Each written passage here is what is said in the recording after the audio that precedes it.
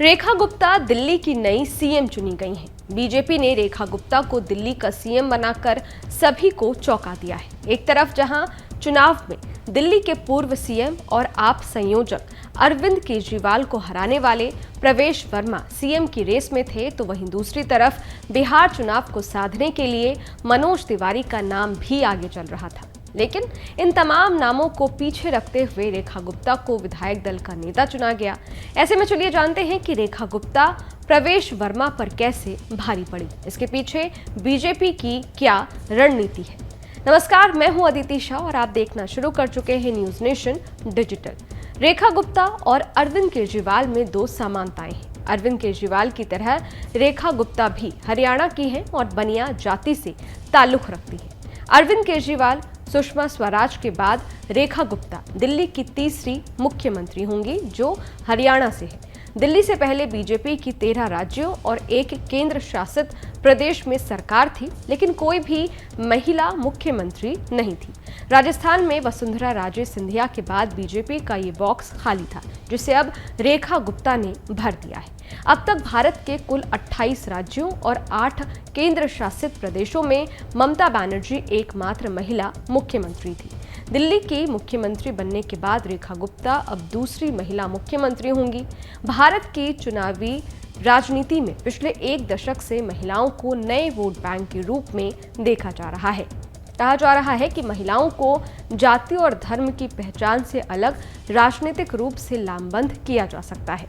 ऐसे में शायद बीजेपी इस आधी आबादी के बीच संदेश देना चाहती है कि उसकी प्राथमिकता में वो है। दिल्ली विधानसभा चुनाव में भी आम आदमी पार्टी और बीजेपी से लेकर कांग्रेस तक ने चुनावी वादों में महिलाओं को प्राथमिकता दी थी।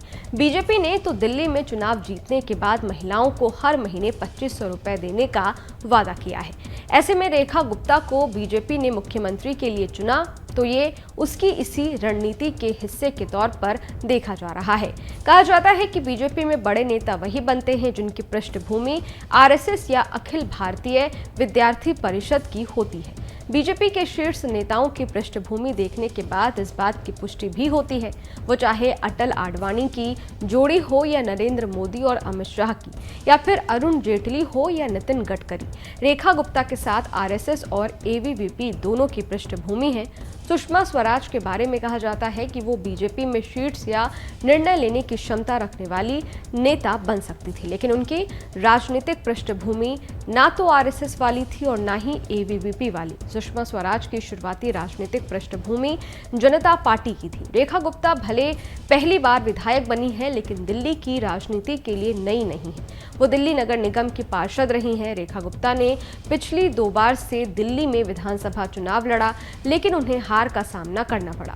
इस बार शालीमार बाग से रेखा गुप्ता ने आम आदमी पार्टी की वंदना कुमारी को 29,595 मतों से मात दी।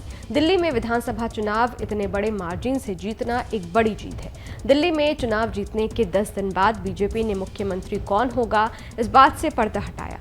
इन 10 दिनों में कई नामों की चर्चा हुई। सबसे ज्यादा चर्चा में प्रवेश वर्मा थे। प्रवेश वर्मा ने नई दिल्ली सीट से दिल्ली के पूर्व मुख्यमंत्री और आम आदमी पार्टी के प्रमुख अरविंद केजरीवाल को हराया था। ऐसे में सवाल यह है कि प्रवेश वर्मा सीएम की रेस में आगे रहने के बाद भी कैसे पीछे रह गए। प्रवेश वर्मा ने 4079 मतों से अरविंद केजरीवाल को मात दी थी। प्रवेश वर्मा को कुल 30,088 वोट मिले और अरविंद केजरीवाल को 25,999 वोट मिले। तीसरे नंबर पर कांग्रेस के संदीप दीक्षित रहे। इन्हें कुल 4,568 वोट मिले। इस जीत के बाद मुख्यमंत्री की कुर्सी पर वर्मा की दावेदारी मजबूत हुई थी, लेकिन रेखा गुप्ता भारी पड़ी। प्रवेश वर्मा के पिता साहिब सिंह वर्मा 26 फरवरी 1996 से 12 अक्टूबर 1998 तक दिल्ली के सीएम रहे थे। बीजेपी, कांग्रेस और बाकी क्षेत्रीय पार्टियों पर परिवारवाद को बढ़ावा देने का आरोप लगाती रही है। ऐसे में प्रवेश वर्मा को अगर दिल्ली का सीएम बनाती तो पार्टी को विपक्ष की आलोचना का सामना करना पड़ सकता था। बीजेपी मुख्यमंत्रियों के बेटों को मुख्यमंत्री बनाने से परहेज करती रही है। हिमाचल प्रदेश में प्रेम कुमार धूमल के बेटे अनुराग ठाकुर को मुख्यमंत्री का अहम दावेदार माना जाता था, लेकिन बीजेपी ने जयराम ठाकुर को चुना। दिल्ली में मुख्यमंत्री के चुनाव से पहले ये कहा जा रहा था कि किसान आंदोलन के कारण बीजेपी से जाटों की नाराजगी रही है और इसे पाटने के लिए प्रवेश वर्मा को मुख्यमंत्री बनाया जा सकता है। लेकिन बीजेपी की एक रणनीति ये भी रही कि जिस राज्य में किसी खास जाति का प्रभाव ज्यादा है उस जाति के बदले दूसरी जाति से सीएम बनाओ। जैसे हरियाणा में जाट राजनीतिक और सामाजिक रूप से प्रभावी है, लेकिन बीजेपी ने उस जाति का सीएम पिछले 11 सालों से नहीं बनाया।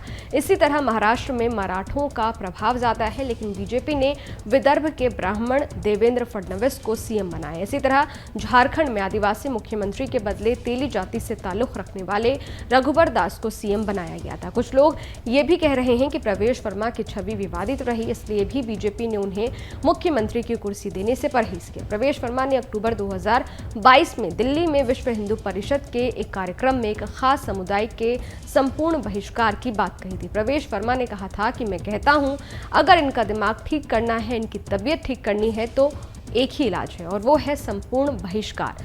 तब प्रवेश वर्मा पश्चिमी दिल्ली से सांसद थे। कहा जाता है कि पार्टी प्रवेश वर्मा के इस बयान से नाराज थी। 2024 के लोकसभा चुनाव में प्रवेश वर्मा का महरौली से टिकट भी कट गया था, लेकिन रेखा गुप्ता के भी पुराने ट्वीट सोशल मीडिया पर वायरल हो रहे हैं जो राजनीतिक मर्यादा के बिल्कुल उलट है। जब रेखा गुप्ता ये सब ट्वीट करती थी तो किसी भी बड़े राजनीतिक पद पर नहीं थी, इसलिए लोगों का ध्यान नहीं जाता था। लेकिन प्रवेश वर्मा लोकसभा सांसद थे और उनके साथ एक राजनीतिक विरासत भी जुड़ी थी, इसलिए उनकी कही बात मीडिया में सुर्खियां बनी थी।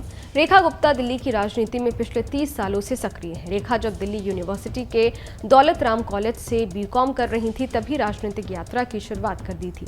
1992 में रेखा ने बीजेपी के छात्र विंग अखिल भारतीय विद्यार्थी परिषद को ज्वाइन किया था। बुधवार को दिल्ली में बीजेपी के 48 विधायकों ने उन्हें सर्वसम्मति से विधायक दल का नेता चुन लिया और आज यानी 20 फरवरी को मुख्यमंत्री पद की उन्होंने शपथ ली।